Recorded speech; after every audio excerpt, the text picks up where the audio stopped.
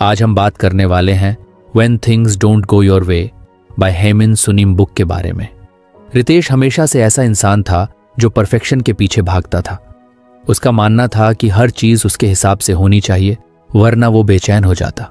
एक दिन ऑफिस में प्रेजेंटेशन खराब हो गई। बॉस ने जमकर डांट लगाई और रितेश पूरा दिन उसी के बारे में सोचता रहा।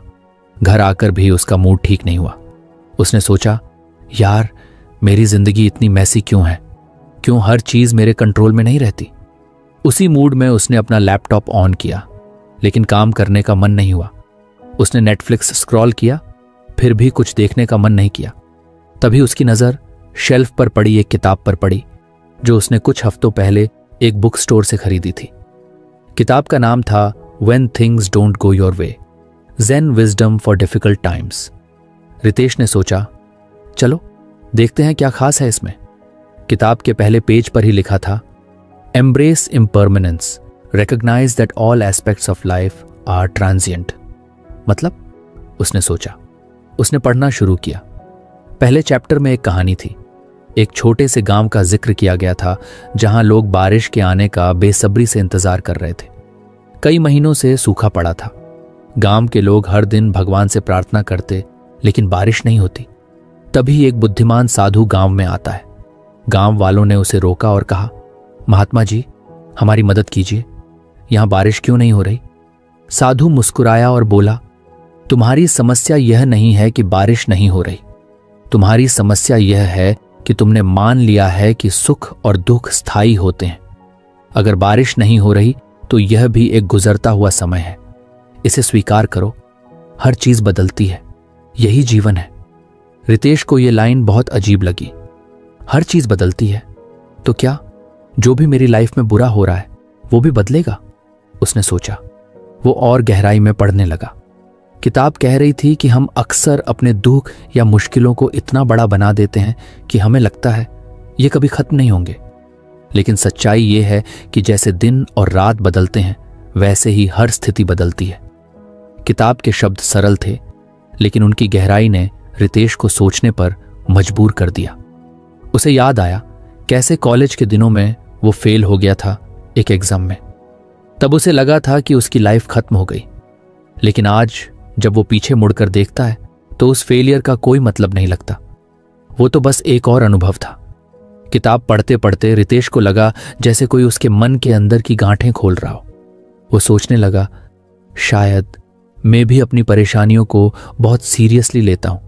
शायद मुझे भी समझना चाहिए कि ये सब टेम्पोरेरी है। वो किताब को बंद कर सोफे पर आराम से बैठ गया।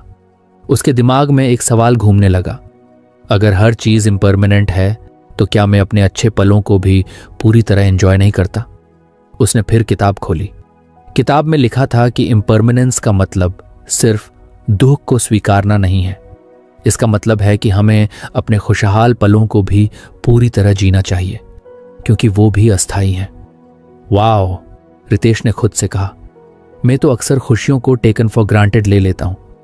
उसने अपने फोन में नोट्स खोला और लिखा, life is like a flowing river, it keeps moving, it doesn't stay in one place, you can't hold on to the water but you can enjoy its coolness while it's in your hands. Ritesh को वो साधु की कहानी फिर याद आई। उसने सोचा, अगर गांव वाले ये समझ गए होते कि सूखा भी एक अस्थायी स्थिति है तो शायद वो इतना परेशान नहीं होते।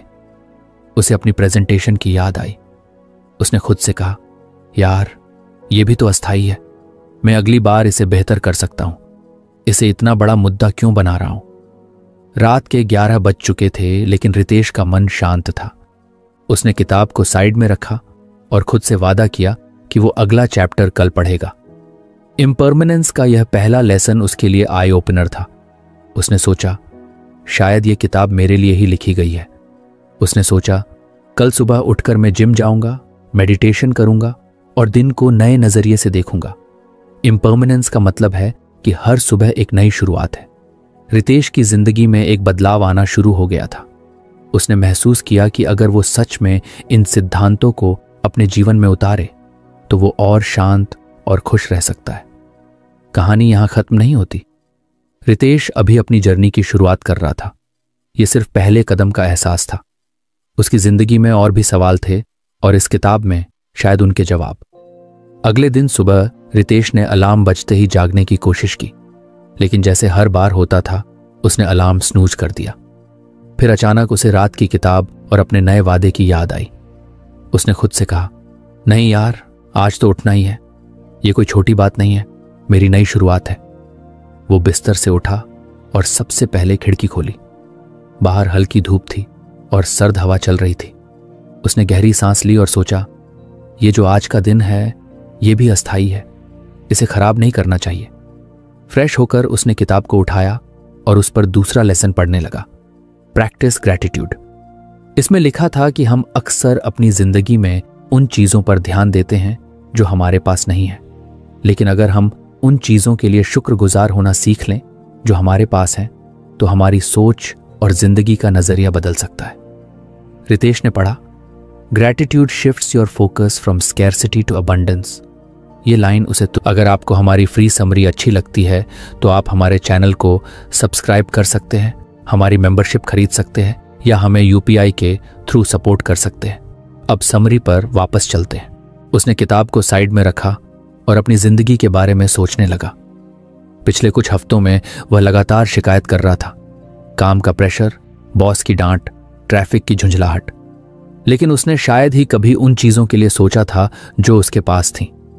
उसे याद आया कि उसके पास एक अच्छा घर है, एक सपोर्टिव परिवार है और सबसे बड़ी बात, उसे नई चीजें सीखने का मौका मिला है।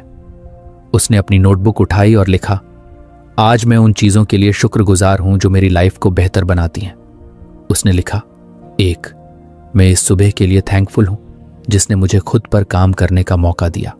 2, मेरे पास एक स्टेडी जॉब है जो मुझे सिक्योरिटी और ग्रोथ देती है। 3, मेरे दोस्तों और परिवार का प्यार हमेशा मेरे साथ है। ये लिखते वक्त उसे एक हल्की सी शांति महसूस हुई। उसने महसूस किया कि ग्रैटिट्यूड प्रैक्टिस करना मुश्किल नहीं है, बस हमें सही चीजों पर ध्यान देना आना चाहिए। फिर उसने किताब पढ़नी जारी रखी। उसमें एक कहानी थी। एक गरीब किसान था जो अपनी छोटी सी जमीन पर कड़ी मेहनत करता था।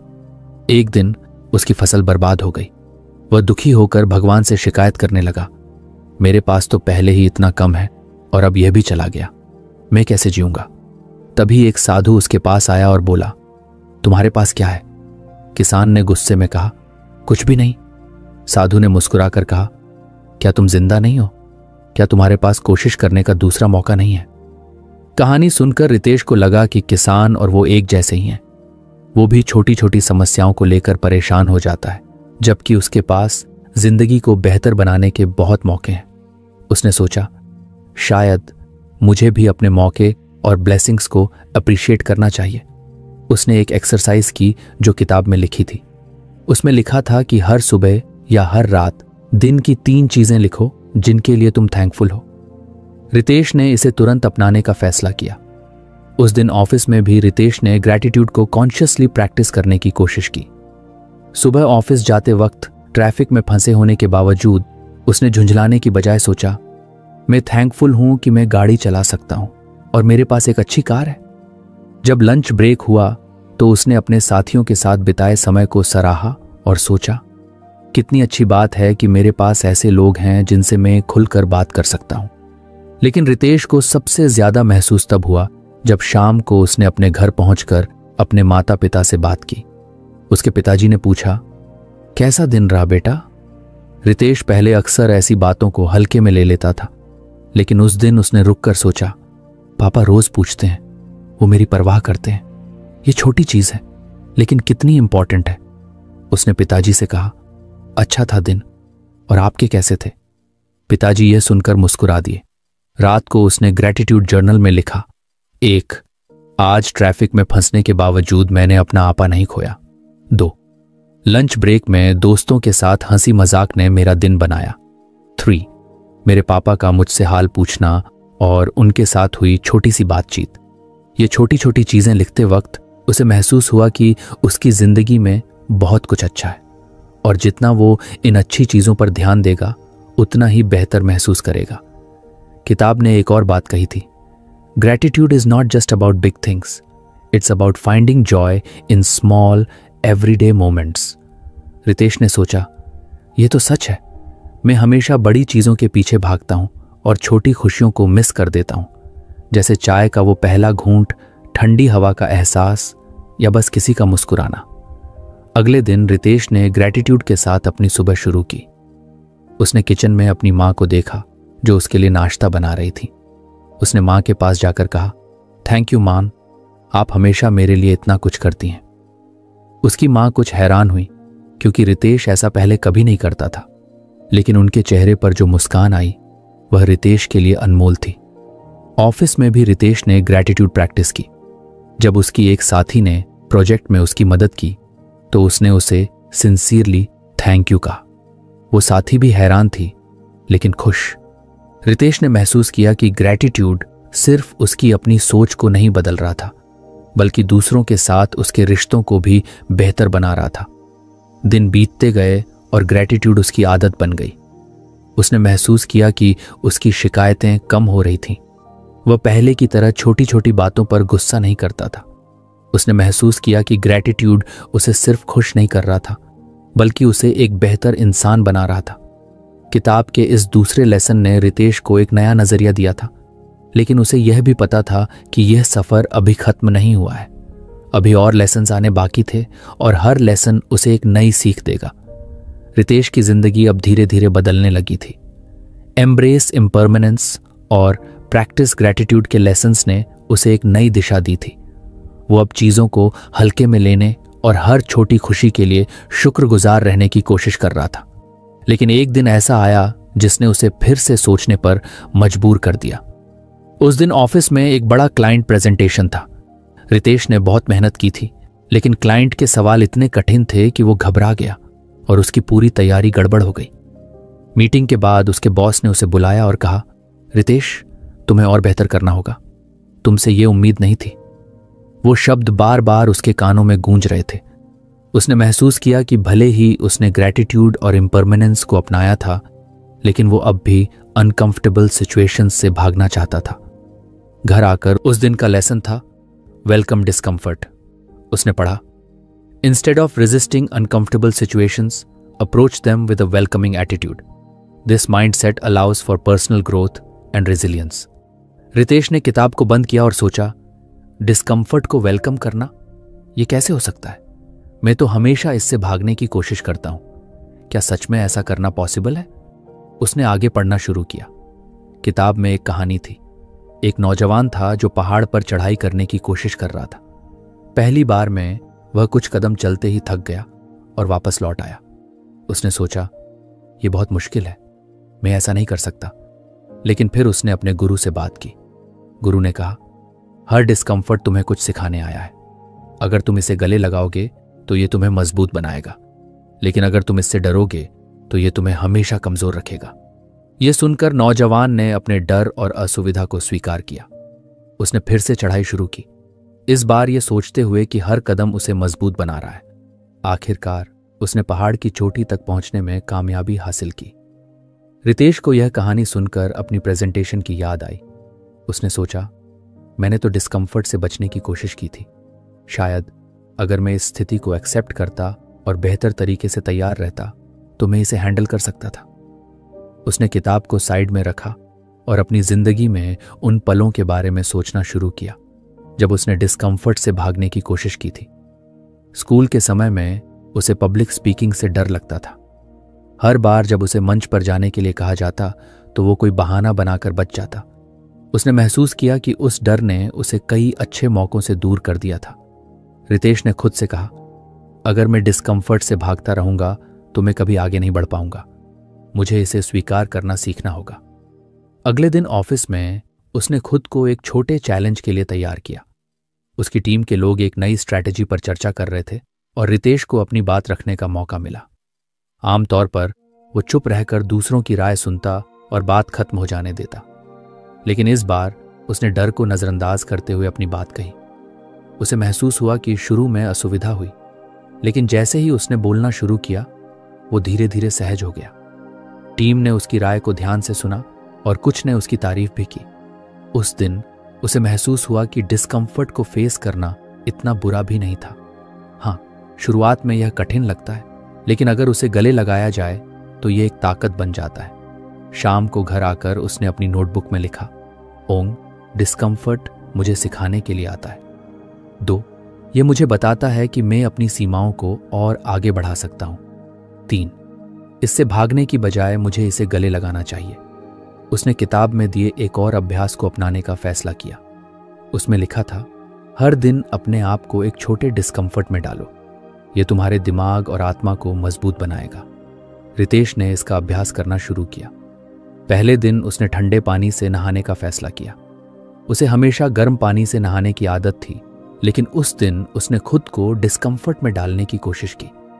ठंडा पानी उसके शरीर पर गिरा और पहले कुछ सेकंड में उसे बहुत असहज महसूस हुआ, लेकिन फिर उसने अपनी सांस पर ध्यान केंद्रित किया और खुद से कहा, यह अस्थायी है, मैं इसे झेल सकता हूं।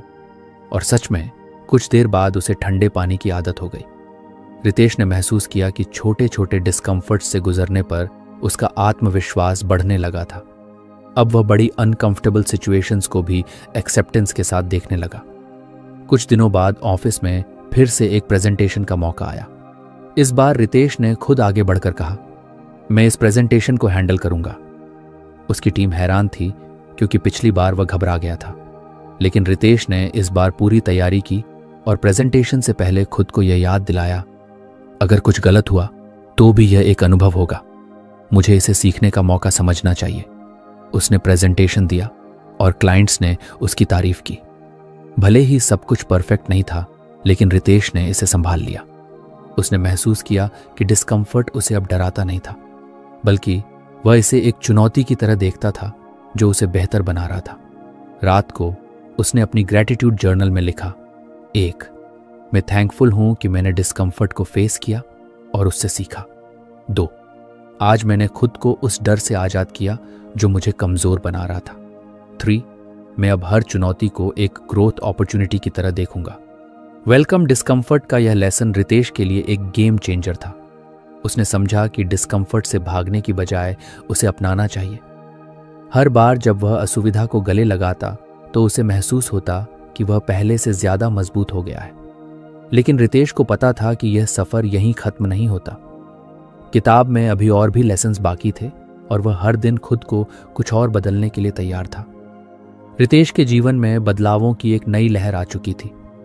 एम्ब्रेस इम्परमानेंस, प्रैक्टिस ग्रैटिट्यूड और वेलकम डिस्कम्फर्ट ने उसे बहुत कुछ सिखाया था। वह अब अधिक शांत, मजबूत और समझदार महसूस करने लगा था। लेकिन जिंदगी हमेशा नई चुनौतियों से भरी रहती है और रितेश का सफर अभी पूरा नहीं हुआ था। एक दिन ऑफिस में रितेश अपने कंप्यूटर पर काम कर रहा था। वह महीनों से एक प्रोजेक्ट पर मेहनत कर रहा था जिसे वह अपना सबसे बड़ा योगदान मानता था। लेकिन अचानक बॉस ने उसे बुलाया और कहा, रितेश, ये प्रोजेक्ट अब रद्द हो रहा है। क्लाइंट ने दिशा बदलने का फैसला किया है। तुम्हारी मेहनत बेकार नहीं जाएगी, लेकिन अब हमें इस पर और समय नहीं लगाना चाहिए। यह सुनकर रितेश सन्न रह गया। उसने इस प्रोजेक्ट पर दिन रात मेहनत की थी। उसने कई बार अपनी छुट्टियां छोड़ दी थीं, सिर्फ ये सोचकर कि यह प्रोजेक्ट उसकी कड़ी मेहनत का नतीजा दिखाएगा। लेकिन अब सब खत्म। वह ऑफिस के बाद घर आया और किताब उठाई। उस दिन का लेसन था, जाने कब छोड़ना है। रितेश ने पढ़ा, समय को समझना कि हमें क्या छोड़ना चाहिए जो हमें नहीं सेव करता है, एक प्रकार की बुद्धिमत्ता है। Letting go doesn't signify failure but rather the commencement of a new journey. उसने किताब को बंद किया और गहरी सांस ली। लेट गो करना, यह तो हार मानने जैसा लगता है, उसने खुद से कहा। लेकिन उसने यह भी महसूस किया कि पिछले कुछ हफ्तों में जो उसने सीखा था वह उसे इस स्थिति में मदद कर सकता है। उसने किताब को फिर से खोला और पढ़ना जारी रखा। किताब में एक कहानी थी। एक नाविक था जो समुद्र में तूफान का सामना कर रहा था। उसकी नाव में बहुत ज्यादा सामान लदा हुआ था और वह जानता था कि अगर उसने सामान फेंका नहीं तो उसकी नाव डूब जाएगी। लेकिन सामान फेंकना उसके लिए आसान नहीं था, क्योंकि वो उसकी मेहनत की कमाई थी। आखिरकार उसने अपने जीवन को बचाने के लिए सामान फेंक दिया। वह किनारे पर पहुंचा और बाद में उसने महसूस किया कि उसकी जान बचाने का फैसला सही था। सामान तो वह फिर से कमा सकता था, लेकिन अगर उसने उस समय नहीं छोड़ा होता तो उसकी नाव डूब जाती। रितेश को यह कहानी अपने प्रोजेक्ट पर लागू लगने लगी। उसने सोचा, शायद मुझे भी इस प्रोजेक्ट को छोड़ने का वक्त आ गया है। ये मेरे लिए ज़रूरी था, लेकिन अब ये आगे नहीं बढ़ रहा है। इसका मतलब ये नहीं है कि मेरी मेहनत बेकार थी। शायद यह सिर्फ एक नई शुरुआत का संकेत है। उसने महसूस किया कि हम अक्सर चीज़ों को इसलिए पकड़ कर रखते हैं क्योंकि हमें डर लगता है कि छोड़ने का मतलब हार मान लेना है, लेकिन हर बार ऐसा नहीं होता। कभी कभी छोड़ देना हमें आगे बढ़ने का मौका देता है। उस रात उसने अपने अनुभवों के बारे में सोचा। उसे याद आया कि स्कूल के समय में वह पेंटिंग बहुत शौक से करता था। उसने कई प्रतियोगिताओं में भाग लिया और जीता भी, लेकिन जैसे जैसे वह बड़ा हुआ उसकी प्राथमिकताएं बदल गईं। उसने पेंटिंग करना छोड़ दिया और पढ़ाई और करियर पर ध्यान केंद्रित किया। पहले उसे लगा था कि पेंटिंग छोड़ना एक गलती थी, लेकिन अब उसने महसूस किया कि अगर वह पेंटिंग के प्रति जुनूनी रहता तो शायद वह अपने करियर में इतनी मेहनत नहीं कर पाता। उसने किताब से एक और वाक्य पढ़ा, letting go is not about giving up, it's about making space for something new to bloom. यह वाक्य उसके दिल को छू गया। उसने महसूस किया कि हर बार जब उसने कुछ छोड़ा है तो कुछ नया और बेहतर उसकी जिंदगी में आया है। अगले दिन ऑफिस में रितेश ने प्रोजेक्ट की फाइलें क्लोज करने का काम शुरू किया। पहले उसे भारीपन महसूस हो रहा था, लेकिन जैसे जैसे दिन बीता उसने खुद को हल्का महसूस किया। उसने सोचा, अब मैं नए प्रोजेक्ट्स पर ध्यान दे सकता हूं। यह अंत नहीं है, यह एक नई शुरुआत है। उसने एक और चीज की। वह अपने एक पुराने दोस्त को कॉल करता जिसके साथ उसका कुछ साल पहले मनमुटाव हो गया था। वह जानता था कि इस रिश्ते को खींचे रखने का कोई मतलब नहीं था। उसने दोस्त से कहा, यार जो भी हुआ उसे भूल जाते हैं, अब मैं आगे बढ़ना चाहता हूं। उसके दोस्त ने भी माफी मांगी और दोनों ने एक नई शुरुआत की। रितेश को लगा कि सिर्फ चीजें ही नहीं बल्कि पुराने गिले शिकवे और टूटे रिश्ते भी कभी कभी छोड़ने की जरूरत होती है। उसने अपनी नोटबुक में लिखा, 1, छोड़ने का मतलब विफल नहीं है बल्कि मैं कुछ नया के लिए तैयार हूं। 2, कुछ चीजें हमारे साथ हमेशा नहीं रहती और ये ठीक है। 3, मुझे जगह बनानी है ताकि नई चीजें मेरी जिंदगी में आ सकें। 1 हफ्ते बाद रितेश ने ऑफिस में एक नए प्रोजेक्ट पर काम करना शुरू किया। यह प्रोजेक्ट पहले से कहीं बड़ा और चुनौतीपूर्ण था। उसने महसूस किया कि पुराने प्रोजेक्ट को छोड़ने से वह इस नई शुरुआत के लिए तैयार हुआ था। रात को उसने अपने कमरे में बैठकर किताब को फिर से देखा। उसने महसूस किया कि know when to let go का लेसन न केवल काम के लिए बल्कि जीवन के हर पहलू के लिए है। ये लेसन उसे हर बार याद दिलाएगा कि कुछ छोड़ने का मतलब कुछ नया पाने का मौका है। रितेश की जर्नी अब भी जारी थी। उसने यह समझ लिया था कि जिंदगी में पकड़ने से ज्यादा जरूरी है सही समय पर छोड़ना, और शायद आने वाले लेसन्स में वह और भी गहराई से यह समझ पाएगा। रितेश की जिंदगी अब पहले से कहीं ज्यादा बेहतर और संतुलित लगने लगी थी। उसने know when to let go को गहराई से अपनाया था। पुराने प्रोजेक्ट को छोड़ने के बाद वह न केवल एक नए प्रोजेक्ट में व्यस्त हो गया था बल्कि उसने अपने व्यक्तिगत रिश्तों और भावनाओं में भी हल्कापन महसूस किया। लेकिन जैसा कि जिंदगी में हमेशा होता है, एक नई चुनौती उसकी राह में खड़ी हो गई। ऑफिस में एक बड़ा क्लाइंट प्रोजेक्ट चल रहा था और इस बार रितेश को टीम का नेतृत्व करने का जिम्मा मिला। ये एक ऐसा मौका था जिसका वह लंबे समय से इंतजार कर रहा था, लेकिन यह प्रोजेक्ट जितना बड़ा था उतनी ही ज्यादा जटिलताएं भी साथ लाया। टीम में मतभेद, क्लाइंट की बदलती मांगें और समय सीमा की कड़ी पाबंदी, ये सब मिलकर रितेश के लिए तनाव का कारण बन गए। एक शाम जब रितेश थका हारा घर लौटा तो उसने किताब उठाई। उस दिन का लेसन था व्यू डिफिकल्टीज एज अपॉर्चुनिटीज। उसने पढ़ना शुरू किया। सही चुनौतियों को खुशी के रास्ते में अवरोध के बजाय एक अभिन्न अंग के रूप में देखें जो खुशी की दिशा में एक अहम भाग है। Each difficulty presents a chance for self discovery and personal development. Ritesh ने गहरी सांस ली। उसने सोचा, चुनौतियों को अवसरों की तरह देखना, क्या यह इतना आसान है? लेकिन उसने पिछले लेसन से जो सीखा था उसने उसे किताब को ध्यान से पढ़ने के लिए प्रेरित किया। किताब में एक कहानी थी। एक पुराने समय में एक राजा ने अपने राज्य की सड़कों पर एक बड़ा पत्थर रखवा दिया। जो भी वहां से गुजरता वह उस पत्थर से परेशान होकर राजा को कोसता और आगे बढ़ जाता। लेकिन एक दिन एक गरीब किसान वहां आया। उसने पत्थर को हटाने की कोशिश की उसे पसीना आया, उसकी पीठ दर्द से झुक गई, लेकिन वह रुका नहीं। आखिरकार जब उसने पत्थर को हटा दिया तो उसके नीचे सोने की थैली और एक चिट्ठी मिली। उस चिट्ठी में लिखा था, हर चुनौती तुम्हें कुछ सिखाने और इनाम देने के लिए आती है। अगर तुम हार मान लोगे तो न सीख पाओगे न पा सकोगे। रितेश को यह कहानी बहुत प्रेरणादायक लगी। उसने सोचा, शायद मेरे सामने जो परेशानियां हैं वे भी मुझे कुछ सिखाने और बेहतर बनाने के लिए आई हैं, लेकिन मैं तो इन्हें सिर्फ परेशानियों की तरह देख रहा हूं।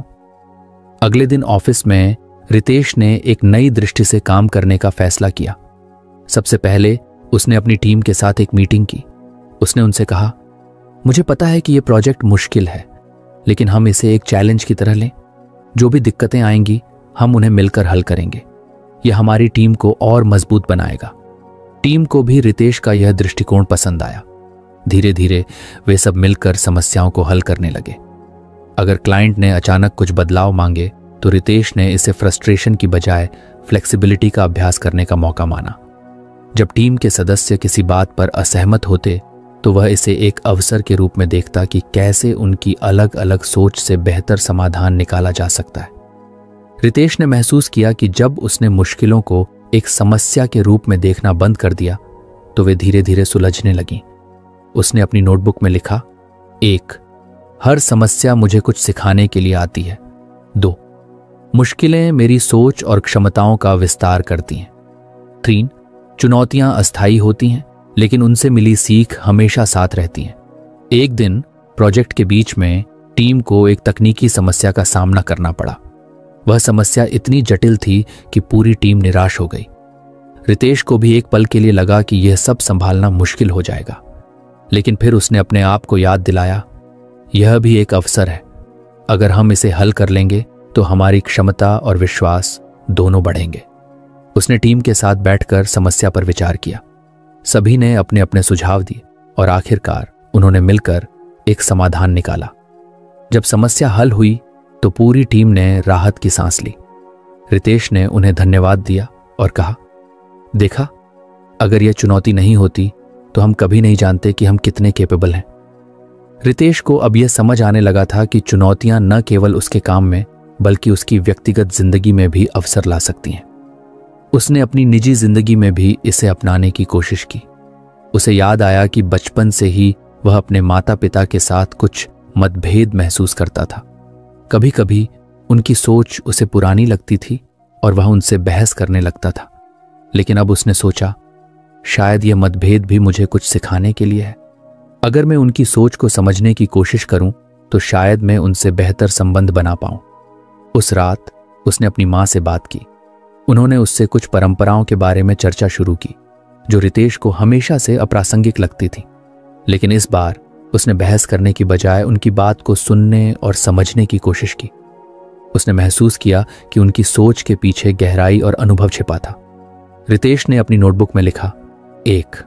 चुनौतियां केवल पेशेवर नहीं होती, वे रिश्तों में भी आती हैं। 2. हर कठिनाई के पीछे एक सबक छिपा होता है। 3. मुझे हर चुनौती को क्यूरियोसिटी और ओपननेस के साथ देखना चाहिए। जब ऑफिस का प्रोजेक्ट पूरा हुआ तो क्लाइंट ने न केवल टीम की मेहनत को सराहा बल्कि रितेश के नेतृत्व की भी तारीफ की। यह रितेश के लिए एक बड़ा पल था। उसने महसूस किया कि अगर उसने इन कठिनाइयों को एक अवसर की तरह नहीं देखा होता तो शायद ये सफलता भी नहीं मिलती।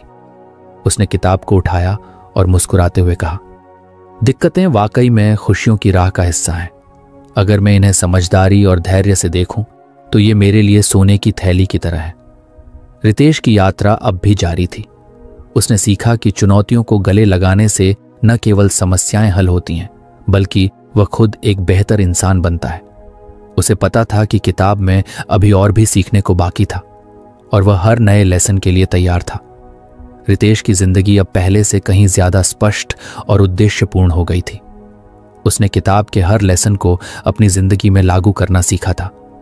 Embrace impermanence, practice gratitude, welcome discomfort, know when to let go और व्यू डिफिकल्टीज एज अपॉर्चुनिटीज ने उसकी सोच को पूरी तरह बदल दिया था। हर बार जब भी वह किसी चुनौती का सामना करता वह अब डरता नहीं था बल्कि वह इसे सीखने और बढ़ने का एक मौका मानता। एक दिन रितेश को अपने पुराने दोस्त अर्जुन से मिलने का मौका मिला। अर्जुन और रितेश कॉलेज के समय के दोस्त थे, लेकिन करियर और जिंदगी की भागदौड़ में वे एक दूसरे से दूर हो गए थे। दोनों ने एक कैफे में मिलने का प्लान बनाया। बातचीत के दौरान अर्जुन ने कहा, यार तेरी जिंदगी बहुत सॉर्टेड लग रही है, मुझे भी बता तू इतना शांत और पॉजिटिव कैसे हो गया। रितेश मुस्कुराया और बोला, शांत पॉजिटिव? अरे ऐसा कुछ नहीं है, मैं भी पहले परेशानियों में उलझा रहता था, लेकिन अर्जुन ने हैरानी से पूछा, किताब? कौन सी किताब? रितेश ने अर्जुन को किताब के बारे में बताया और उसमें लिखे हर लेसन को कैसे उसने अपनी जिंदगी में लागू किया, यह भी साझा किया। उसने कहा, मैंने सीखा कि जिंदगी में हर चीज अस्थायी है। अगर हम इसे समझ लें तो हम उन चीजों के लिए खुद को परेशान नहीं करेंगे जो हमारे हाथ में नहीं है। मैंने हर छोटी चीज के लिए शुक्रगुजार रहना सीखा। मैंने डिस्कम्फर्ट को एक दोस्त की तरह अपनाना शुरू किया और चीजों को तब छोड़ा जब उन्होंने मेरी सेवा करना बंद कर दिया।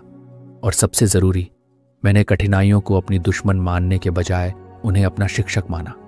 अर्जुन ने गहरी सांस ली और कहा, यार तेरी बातें सुनकर लग रहा है कि मुझे भी अपनी जिंदगी में कुछ बदलाव लाने होंगे, लेकिन यह इतना आसान नहीं है। रितेश ने जवाब दिया, आसान तो कुछ भी नहीं होता। मैंने भी एक दिन में सब कुछ नहीं सीखा। यह किताब कोई जादू की छड़ी नहीं है, लेकिन हां, यह तुम्हें सही दिशा दिखा सकती है। बाकी तुम्हारी मेहनत और कोशिशें हैं। हर दिन कुछ कुछ करो। अर्जुन ने वादा किया कि वह भी किताब पढ़ेगा और खुद पर काम करना शुरू करेगा। रितेश ने महसूस किया कि शायद किताब का मकसद केवल उसकी जिंदगी बदलना नहीं था, बल्कि दूसरों को भी प्रेरित करना था। दिन, हफ्ते और महीने बीतते गए। रितेश का जीवन अब एक नई स्थिरता में बदल चुका था, लेकिन एक दिन उसने महसूस किया कि उसने काफी समय से किताब को फिर से नहीं खोला था। उसने सोचा, किताब ने मुझे इतना कुछ सिखाया, लेकिन क्या मैं अब भी इसे सही से लागू कर रहा हूं? उसने किताब को फिर से खोला और पन्ने पलटते हुए एक आखिरी लेसन पढ़ा, शेयर योर लाइट। उसमें लिखा था, जब तुम्हें कोई ज्ञान या अनुभव जीवन में नई दिशा देता है तो उसे दूसरों के साथ साझा करो। यह ज्ञान तभी पूर्ण होता है जब यह दूसरों की भी मदद करे। रितेश ने इस लेसन को गहराई से महसूस किया। उसने अपने अनुभवों को और लोगों के साथ साझा करने का फैसला किया। उसने एक ब्लॉग शुरू किया जहां वह अपने सफर और किताब के लेसन्स के बारे में लिखने लगा। धीरे धीरे लोग उसके विचारों को पढ़ने लगे और प्रेरित होने लगे। उसने महसूस किया कि उसकी यात्रा केवल खुद को बदलने तक सीमित नहीं थी, वह अब दूसरों की भी मदद कर रहा था। हर बार जब कोई उससे कहता, आपकी बातों से मेरी जिंदगी बदल गई, तो उसे लगता कि वह सच में कुछ बड़ा कर रहा है। आखिरकार रितेश ने किताब को अलमारी में रखा और मुस्कुराते हुए सोचा, अब यह किताब केवल मेरी नहीं है, ये उन सबकी है जो बदलाव चाहते हैं। और इस तरह रितेश की जर्नी एक नई शुरुआत बन गई, खुद से परे, दूसरों के लिए। उसने सीखा था कि हर अंत एक नई शुरुआत का संकेत होता है, और यही जिंदगी का सबसे बड़ा लेसन था। रितेश की यात्रा एक साधारण किताब से शुरू हुई, जिसने उसकी जिंदगी को पूरी तरह बदल दिया। किताब के हर लेसन ने उसे जीवन के एक अहम पहलू को समझने और अपनाने का मौका दिया। 1. Embrace impermanence. रितेश ने सीखा कि हर चीज अस्थायी है। अच्छे या बुरे पल हमेशा के लिए नहीं रहते। इसे समझकर उसने चिंता करना छोड़ दिया और हर पल को पूरी तरह जीना सीखा। 2. Practice gratitude. उसने महसूस किया कि जो कुछ उसके पास है उसकी कद्र करना जरूरी है। शिकायत करने के बजाय उसने छोटी छोटी चीजों के लिए शुक्रगुजार होना सीखा, जिससे उसे शांति और संतोष मिला। 3. Welcome discomfort. मुश्किल हालात से भागने के बजाय उन्हें अपनाना रितेश के लिए एक बड़ा सबक था। उसने डिस्कम्फर्ट को अपने विकास का जरिया मानकर उसे गले लगाना सीखा। 4. जाने कब छोड़ना है। कुछ चीजों को छोड़ना कमजोरी नहीं, बल्कि नई शुरुआत का संकेत होता है। उसने पुराने प्रोजेक्ट और गिले शिकवे को छोड़कर खुद को हल्का महसूस किया। 5. View difficulties as opportunities. उसने चुनौतियों को बाधा के बजाय सीखने और मजबूत बनने का मौका माना। कठिनाइयों ने उसे उसकी क्षमताओं का एहसास कराया और उसे खुद पर भरोसा करना सिखाया। 6. Share your light. अंत में रितेश ने जाना कि ज्ञान को बांटना उसका अगला कदम है। उसने अपनी सीख और अनुभवों को दूसरों के साथ साझा किया, जिससे न केवल उसकी बल्कि कई और लोगों की जिंदगी बदली। रितेश की कहानी इस बात की गवाही थी कि सही दृष्टिकोण और सीखने की इच्छा से जिंदगी में कोई भी बदलाव संभव है। तो फ्रेंड्स, ये थी हमारी आज की बुक समरी। आपको कैसी लगी कमेंट करके ज़रूर बताएं। और धन्यवाद आपका समरी एंड तक सुनने के लिए।